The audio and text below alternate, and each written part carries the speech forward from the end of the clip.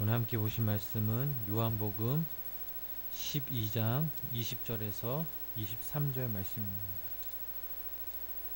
요한복음 12장 20절에서 23절 말씀 우리 다 같이 한 목소리로 함께 합독하시겠습니다. 형제를 예배하러 올라온 사람 중에 헬라인 몇이 있는데 그들이 갈릴 벳세다 사람 빌백에 가서 청하여 이르되 선생이여 우리가 예수를 뵙고자 하나이다 하니 빌립이 안드레에게 가서 말하고 안드레와 빌립이 예수께 가서 여쭈니 예수께서 대답하여 이르시되 인자가 영광을 얻을 때가 왔도다. 아멘. 아침 저녁으로 날씨가 참 쌀쌀합니다. 특별히 새벽 예배 또 오실 때는 이 지하 성전이라서 이곳이 많이 좀 쌀쌀한데 옷을 따뜻하게 입고 오셔서 건강에 해치지 않도록 주의하시기 바랍니다.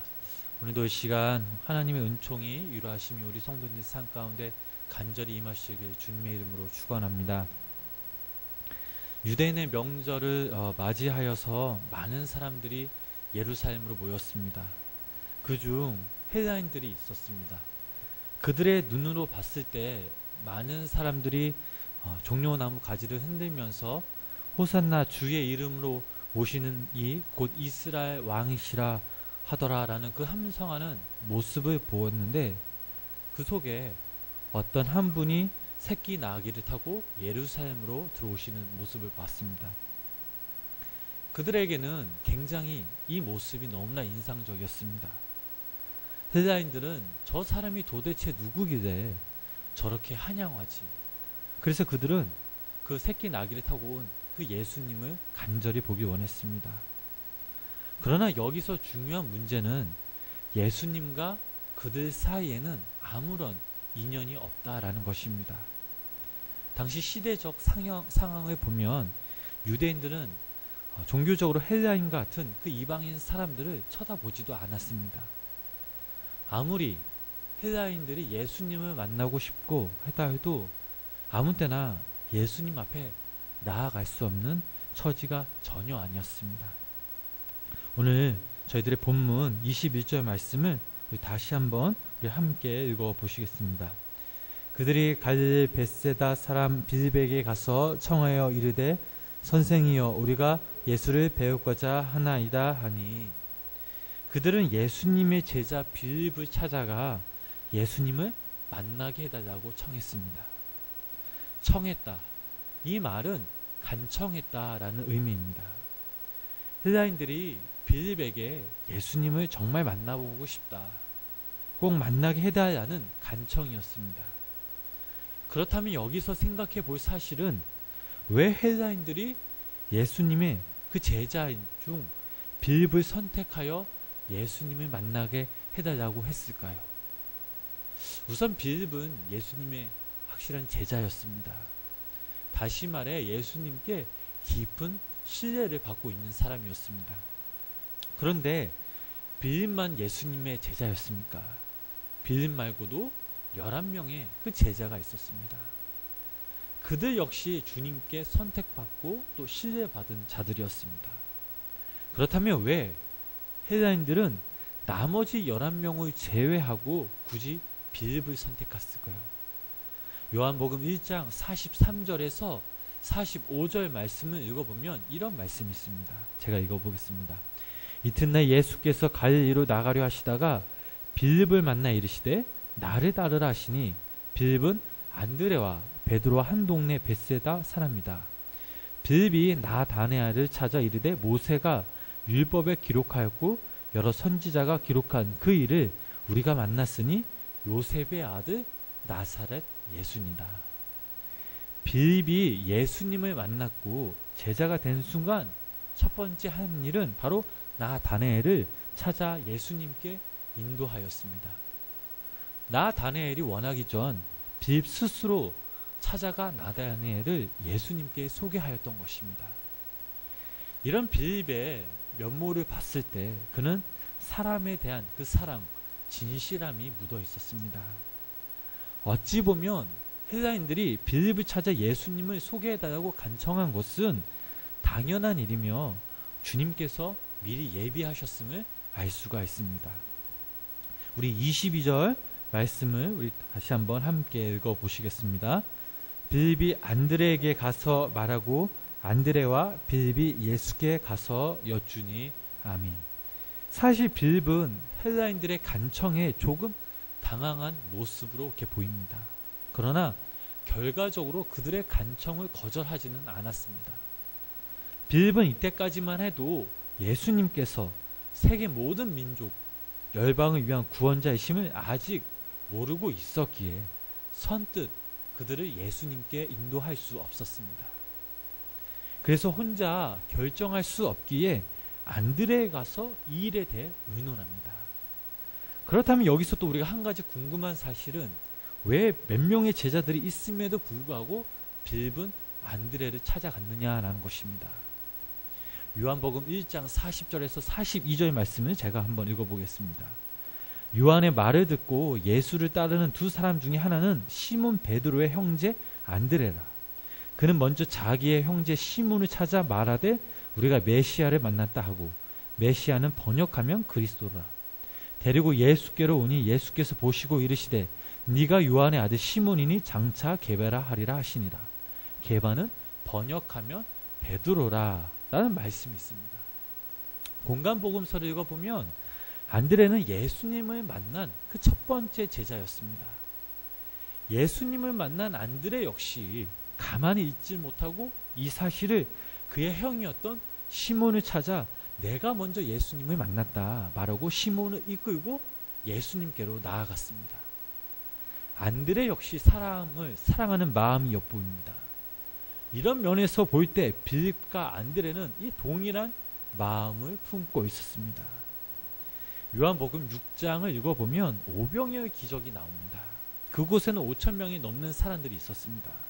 해는 점점 저물어가고 있기에 그들에게 먹을 것이 없었습니다.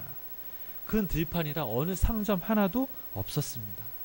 만약 돈과 가게가 있다 해도 수많은 이 5,000명이라는 사람을 먹일 수가 없었습니다. 그때 예수님에게 남다른 애정과 관심을 받고 있는 그 빌립에게 이렇게 물어보십니다. 빌립아, 우리가 어디서 떡을 사서 이 사람을 먹일 수 있겠느냐? 빌립이 대답하기, 예수님, 각 사람에게 빵 조각 한 조각이라도 돌아가게 하려면 은하 200개라도 모자르겠습니다. 어찌 해야 될까요? 라고 오히려 빌립이 예수님께 대묻습니다. 근데 예수님의 제자 중 한 명인 이 안드레는 예수님과 이 빌립의 대화의 내용을 엿듣고 먹을 것이 있는지 막 찾아다녔습니다. 마침내 한 여자에게 보리떡 5개와 물고기 2마리를 가지고 있다고 예수님께 인도하여 이렇게 말했습니다. 많은 사람들이 보기에는 안드레의 행동이 어이없는 행동이라 생각했을 것입니다. 그러나 예수님은 달랐습니다. 예수님은 이 안드레의 행동에 깊은 감동을 받으셨습니다. 어떻게 해서라도 이 사람들을 먹일 수 있는 그의 마음에, 그의 사랑에 감동을 받으신 것입니다. 예수님은 아이로부터 떡 5개와 물고기 2마리를 받아 축사하시고 수많은 사람들을 먹이고 오히려 12광줄이나 거두는 오병이어 기적을 행하셨습니다. 이 오병이어 기적 안에는 안드레의 그 숨은 공로가 있음을 알 수가 있습니다. 또한 안드레가 아니었다면 사도 베드로는 존재하지 못했을 것입니다. 남의 일을 자기 일처럼 여기고 사람을 중요시 여기는 그 안드레의 모습을 빌립은 알았기에 안드레에게 가서 의논하였던 것입니다. 빌립과 안드레, 이들은 헬라인들을 예수님 앞으로 인도하는 중요한 그 역할을 기꺼이 감당하였습니다. 예수님은 승천하신 후 제자들에게 너희가 가서 복음을 전하라고 말하기 전 이방인들이 먼저 예수님께 찾아와 복음을 듣는 그 구원의 역사가 일어날 수 있었습니다. 사람은 누구나 살아가면서 평가를 받기 마련입니다. 이 세상에서 뿐만 아니라 하나님께로 평가를 받습니다.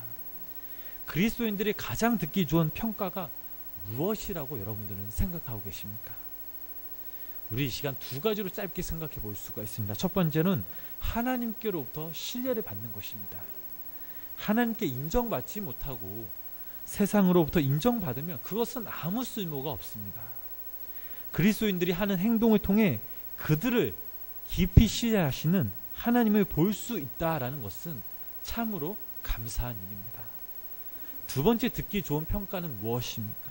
바로 사람을 진실하게 사랑하고 그 사람을 위해 기도하며 구원하는 그 사람이라고 듣는 것입니다.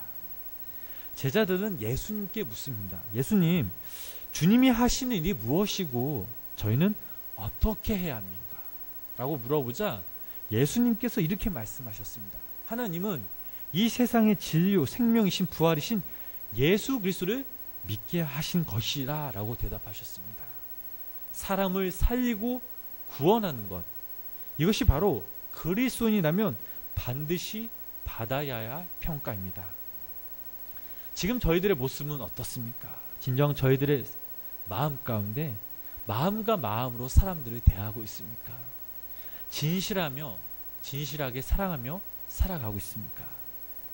가장 중요한 것은 바로 우리가 하나님께로 신뢰를 받고 있느냐라는 것입니다. 이 시간 우리의 모습을 한번 되돌아보았으면 좋겠습니다. 우리의 능력은 어디까지나 한계가 있습니다. 그러나 우리 삶 가운데 주님이 거하고 주님이 우리 안에 거하면 우리의 능력의 한계는 무궁무진합니다. 우리가 수많은 기적들을 행할 수는 없습니다. 그러나 그 기적의 불씨가 될 수는 있습니다. 부족해 보이고 없어 보이고 연약해 보이지만 주님이 우리와 함께 하신다면 분명 우리를 통해 우리의 가정과 우리의 공동체는 변화될 수 있습니다. 빌립과 안드레 역시 우리와 똑같은 사람들이었습니다. 예수님이 수많은 사람들을 진실하게 겸손하게 사랑하신 것처럼 우리도 이 땅에서 예수님처럼 살아갔으면 좋겠습니다.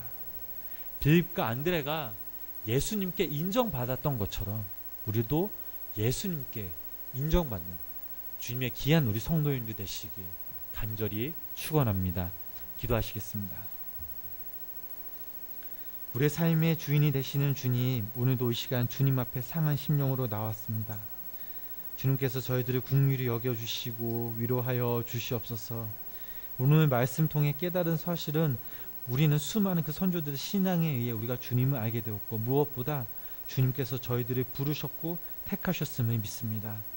하나님의 자녀된 우리의 겉모습이 비록 미약할지라도 보잘것 없을지라도 우리의 내면은 주님의 사랑으로 인해 가득 채워지며 무엇보다 우리를 통해 수많은 사람들을 주님 앞으로 인도하는 주님의 귀한 중보자들이 사명자들이 되게 하여 주시옵소서. 오늘 하루도 우리가 주님의 품 안에 늘 거하게 하시고 주님의 말씀을 늘 붙잡고 내 마음속에 새김으로 주님께 잘했다 칭찬받으며 무엇보다 이 시간 우리 성도님들 간절한 마음으로 기도하오니 저들의 간구와 기도를 들어주시옵소서. 언제 어디서나 저희와 늘 함께 동행하실 그 주님을 믿사오며 예수님의 이름으로 간절히 기도드렸습니다. 아멘.